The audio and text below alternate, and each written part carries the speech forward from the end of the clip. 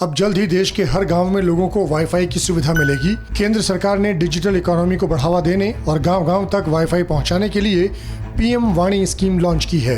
ये एक public wifi network access scheme है जिसका मकसद देश के गांवों को डिजिटल क्रांति से जोड़ना है और इसी को ध्यान में रखते हुए ये योजना शुरू भी की गई है। ईपीएफए के खाता धारकों को बड़ी राहत मिल सकती है। एक ही बार में उन्हें 8.5% की दर से ब्याज भुगतान किया जा सकता है। ईपीएफ ब्याज दर एक मुश्त ट्रांसफर करने के लिए श्रम मंत्रालय ने वित्त मंत्रालय को एक प्रस्ताव भेजा है। श्रम मंत्रालय के प्रस्ताव में कहा गया है कि ईपीएफओ ने इक्विटी सेल से अच्छी कमाई की है और अब देश के सभी ईपीएफ सब्सक्राइबर्स को मौजूदा साल की ईपीएफ इंटरेस्ट पेमेंट एक साथ दी जा सकती है। 2021 में भारत की अर्थव्यवस्था मंदी से उबर सकती है और दुनिया की सबसे तेज आर्थिक वृद्धि दर वाली अर्थव्यवस्था बन सकती है। अगले साल भारत की आर्थिक वृद्धि दर यूरोपीय देशों, विकसित देशों और इमर्जिंग मार्केट सहित दुनिया की बड़ी अर्थव्यवस्थाओं में सबसे तेज रह सकती है। देश की आर्थिक वृद्धि दर में तेज उछाल आने की संभावना का सबसे बड़ा कारण बेस इफेक्ट को बताया जा रहा है, लेकिन इसकी दूसरी बड़ी वजहों में मोदी सरकार की तरफ से किए गए उपाय शामिल हैं। फिच और मूडीज की रेटिंग के आधार पर भी ये अनुमान लगाया जा रहा है। बैंकों का real time gross settlement system यानी आरटीजीएस अब 24 घंटे 7 दिन उपलब्ध रहेगा। 14 दिसंबर से ये सुविधा शुरू हो जाएगी। भारतीय रिजर्व बैंक ने इसकी घोषणा की है। इससे ग्राहकों और कारोबारियों को पैसे भेजने में आसानी होगी।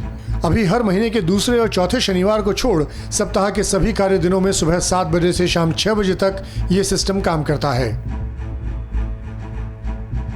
भारत के लिए अमेरिकी कंपनी फाइजर की अलग वैक्सीन होगी। फाइजर भारत के लिए अलग फॉर्मूले पर काम कर रही है जिसके लिए डीप रेफ्रिजरेशन की जरूरत नहीं होगी। उसे सामान्य रेफ्रिजरेटर में भी रखा जा सकेगा।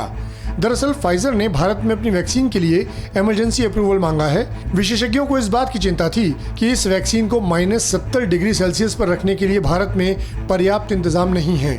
इसी आपत्ति को देखते हुए फाइजर अलग फॉर्मूले पर काम कर रही है। दुनिया में कोरोना के बढ़ते मामलों के बीच देश के लिए अच्छी खबर है। 2 दिन के अंदर भारत एक्टिव मरीजों के मामले में 2 पायदान नीचे आ गया है। अब दुनिया के टॉप 10 संक्रमित देशों में भारत 9वें नंबर पर है। मंगलवार को 8वें नंबर पर था और इससे पहले सोमवार को 7वें नंबर पर। भारत में हर दिन औसतन 5000 एक्टिव केस घट रहे हैं। मतलब अब हर रोज नए मरीजों से ज्यादा ठीक होने वालों की संख्या बढ़ रही है। अगर ऐसा ही आने वाले 6 दिनों तक रहा तो भारत टॉप 10 देशों की सूची से भी बाहर हो जाएगा। ये काफी अच्छा संकेत होगा। 2 महीने के अंदर कोरोना से होने वाली मौत के ग्राफ में लगातार गिरावट दर्ज की जा रही है। कोरोना से मौत के मामलों में 47% की कमी आई है। देश में सितंबर में 32,246 लोगों की मौत हुई थी। अक्टूबर में यह आंकड़ा घटकर 22,344 हो गया। नवंबर में 15,017 लोगों ने जान गंवाई। इसके साथ ही पॉजिटिविटी रेट भी घटकर 6.47% हो गया है। इसमें हर दिन गिरावट आ रही है।